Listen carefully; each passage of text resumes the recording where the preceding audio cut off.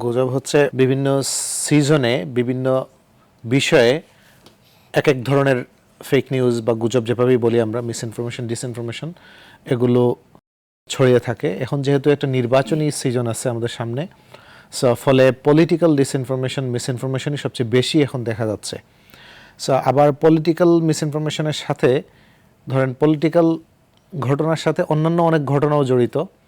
So religious সেন্সে ধর্মীয় সেন্টিমেন্টকে ব্যবহার করে নানান ধরনের মিসইনফরমেশন আমরা দেখতে পারি। সো এটা আসলে মোটা দাগে পলিটিক্যালি মোটিভেটেড মিসইনফরমেশন বা ডিসইনফরমেশন, বাট এটার একটা রিলিজিয়াস কনোটেশনও আছে।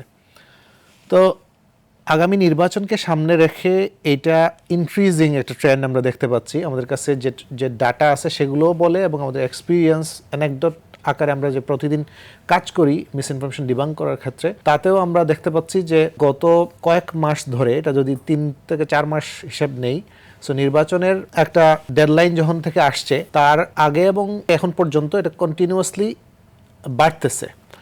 একটা জিনিস যে এই সময়টাই মানে গত ধরেন যে 1-1.5 বছর ধরে জেনারেটিভ এআই, যেটা সাধারণ মানুষের কাছে প্রবেশযোগ্য বা অ্যাক্সেসযোগ্য, যে এআই এর যে ভার্সনটা, এআই টুল ব্যবহার করে যে কেউ যে কোনো জায়গা থেকে বসে নিজের মতো করে কন্টেন্ট কিংবা ইনফরমেশন জেনারেট করতে পারতেছে।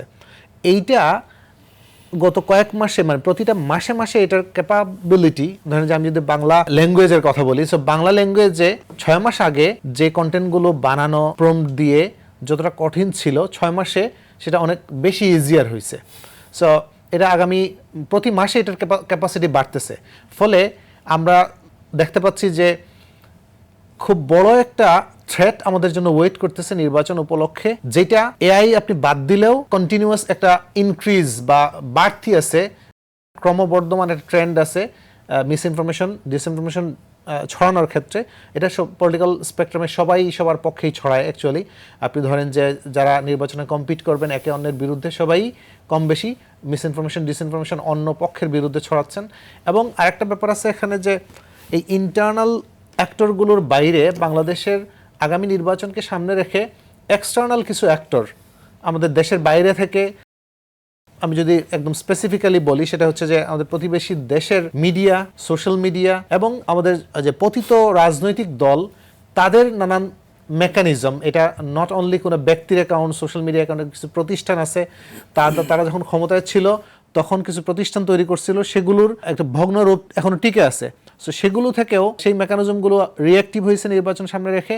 এবং আমি আশঙ্কা করতেছি, যেহেতু আমরা রেগুলার এই স্পেসটা মনিটর করতেছি বছরের পর বছর ধরে, বিগত কয়েক বছরের মধ্যে সবচেয়ে বেশি ডিসইনফরমেশন, পলিটিক্যাল ডিসইনফরমেশন আমরা দেখতে পাচ্ছি এখন। এবং নির্বাচনকে সামনে রেখে আগামী 2 থেকে 2.5 মাসে আরও সেটা বাড়বে বলেই আমরা মানে এক ধরনের সিমটম দেখতে পাচ্ছি।